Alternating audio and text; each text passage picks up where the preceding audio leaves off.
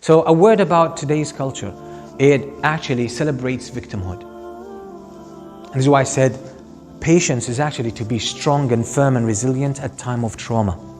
Life is traumatizing by its nature. Life is traumatizing by its nature. If you think there is a human being who does not have trauma in their life, you're not being realistic. You're just not being realistic. But people's response to trauma differs. Take the person who lives the most luxurious life. People who have everything they wish for in their life. They have an easy life, good parents, etc. I bet if you search carefully in their life, you will find some trauma. You will find some trauma, and it's powerful.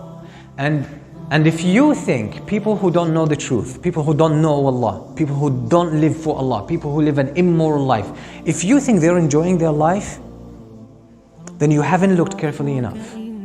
Because there is, as we said, there's a moral structure to yourself, and if you do not stay true to that, this is your fitrah.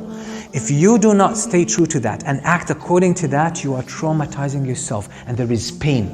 And this is why the people who usually celebrate, any kind of, sometimes a small situation, sometimes you are denied interest into a hole and someone turns it into a scene, right?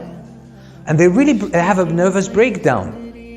Come on, you were just denied to enter into a hall or cinema or whatever. They break down and their life is ruined. Why? Because they have a build-up of trauma, mainly moral trauma.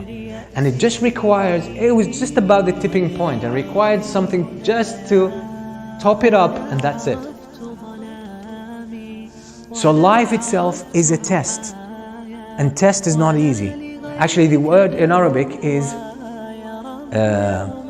fitna. And you know what fitna is? Fitna is to expose gold to fire so you can purify it. So in this life, you are exposed to fire consistently. People who have nothing to do in their life, they're so traumatized. Just why? Because they just have nothing to do. They don't have a suffering. Suffering gives meaning. So the thing is, you will need patience. Okay, so today's culture, what does it do? It celebrates victimhood. It tells you search for an area where you are wronged, where you are oppressed, embrace it, wrap your identity around it. That's who you are.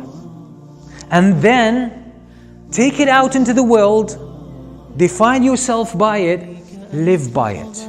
That's the weakest you could ever be. That's the weakest you could ever be. And if you are given, if this actually works out, and it does work out sometimes, and when it works out and you start to get more rights because of your victimhood, you will turn into a tyrant. You will turn into a tyrant because you're not coming from a moral place. And the more you take advantage of the situation, the more blind morally you become. And when you're blinded morally, you don't have empathy to others. You have blown your ego so big that it's blinded you to everything else. I know for some people this is just like too abstract to talk about, but it's actually true. Many times and throughout history, read in history, you will find minorities asking for their rights. Once they get the rights, if it's not a just cause, and if there is no wise people among them, what will happen? They will become dominant, and then they will oppress who were at some level were the majority. It happens all the time. This is how history goes. This is how history goes. Okay, so Islam doesn't teach. Islam says if you are a victim, if you are oppressed, if your rights have been taken away, don't cry about it. What do? Develop patience. Not patience in passive, just sit down and take, swallow it and, just stay put. No, that's not patience. Patience is you build your inner strength. And then you act in ways that are wise and strategic. That's the point. You don't cry. You don't become, again, a snowflake. You need to, again, man up or woman up. Okay. والصابرين في البأساء والضراء وحين البأس أولئك الذين صدقوا وأولئك هم المتقون. So again, we're just taking more taste of what the Quran tells us, or what Allah subhanahu wa ta'ala wants us to know about when it comes to patience. Wallahu yuhibbu sabirin.